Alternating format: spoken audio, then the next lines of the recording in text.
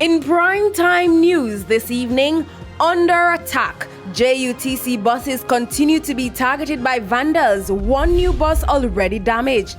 Include senators too. Job description committee wants upper house members to also get job guide. And police searching for clues as family of 3 found dead in Spanish Town, St. Catherine.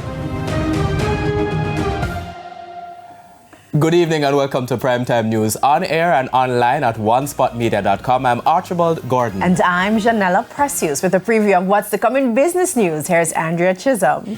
Janella, remember that IPO we told you about, the one with digital marketing agency One Great Studio? Well, they have outlined the criteria to distribute shares to investors. That and more in the business day.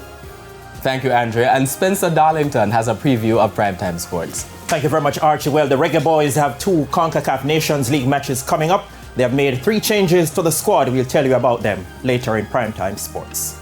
Exciting times. And Romain is here with a preview of what's to come in the weather report and forecast. Romain? Thanks, Andrea. Now, over the next few days, thanks, Janella.